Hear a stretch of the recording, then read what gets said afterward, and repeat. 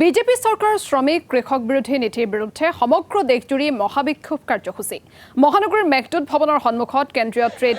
Union সংযুক্ত কৃষক মৰ্চা আৰু কৰ্মচাৰী ফেডাৰেশ্যনৰ যৌথ উদ্যোগত ৰূপায়ণ কৰা হয় বিক্ষোভ কাৰ্যসূচী নিবনুৱা সমস্যা সমাধান মূল্যবৃদ্ধি ৰোধ কৰা স্বাস্থ্য খণ্ডৰ অবাধ ব্যক্তিগতকৰণ কৃষকসকলৰ উৎপাদিত সামগ্ৰীৰ ন্যূনতম সমৰ্থন মূল্য আদায় পোৱা নিশ্চিত কৰা শ্ৰমিকৰ ন্যূনতম মজুৰি বৃদ্ধি এনেধৰণৰ বহুকেইটা দাবীৰে কৰা হয় এই বিক্ষোভ কাৰ্যসূচী বিক্ষোভ কাৰ্যসূচীত অংশগ্ৰহণ কৰে কেইবা শতাধিক নেতাকৰ্মীয়ে 2026 পূৰ্বে সমস্যা সমাধান নহলে হিমন্ত বিশ্ব শৰ্মা চৰকাৰক উফৰোৱাৰ শংকাৰ সংগঠনকেইটাৰ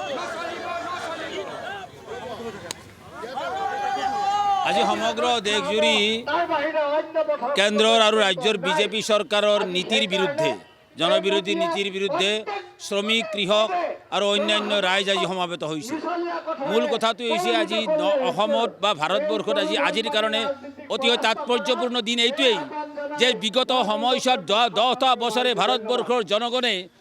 ভাৰতবৰ্ষৰ ধৰ্মনিৰপেক্ষতা ৰক্ষাৰ কাৰণে সংগ্ৰাম চলাই আছিল ধৰ্মনিৰপেক্ষতাক প্ৰত্যাহ্বান জনাই বিজেপিৰ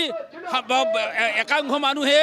সুপ্ৰিম কোৰ্টৰ পৰ্যন্ত অস্ত্ৰ চাপিছিল যে সংবিধানৰ পৰা ধৰ্মনিৰপেক্ষতা শব্দ উঠাই দিব লাগে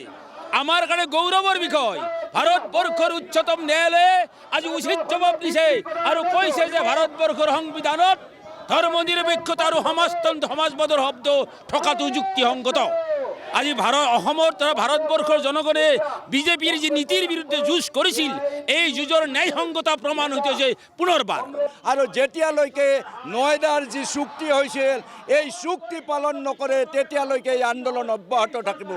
একেধৰণে সমগ্ৰ দেশজুৰি মোদী চৰকাৰৰ যি দুৰ্নীতি বিৰোধী দুৰ্নীতিৰ কাৰ্য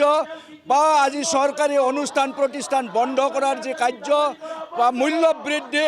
নিবনুৱা সমস্যা সৃষ্টি কৰাৰ যি ব্যৱস্থা তেওঁলোকে কৰিছে তাৰ বিৰুদ্ধে সমগ্ৰ দেশজুৰি অহা দিনত পুনৰ আন্দোলন তুংগত যাব জংগী আন্দোলন গঢ়ি উঠিব তাৰে শপত লোৱাৰ কাৰণে আজি ইয়াতে শ্ৰমিক কৃষক ছাত্ৰ যুৱক মহিলাসকল সমবেত হৈছে।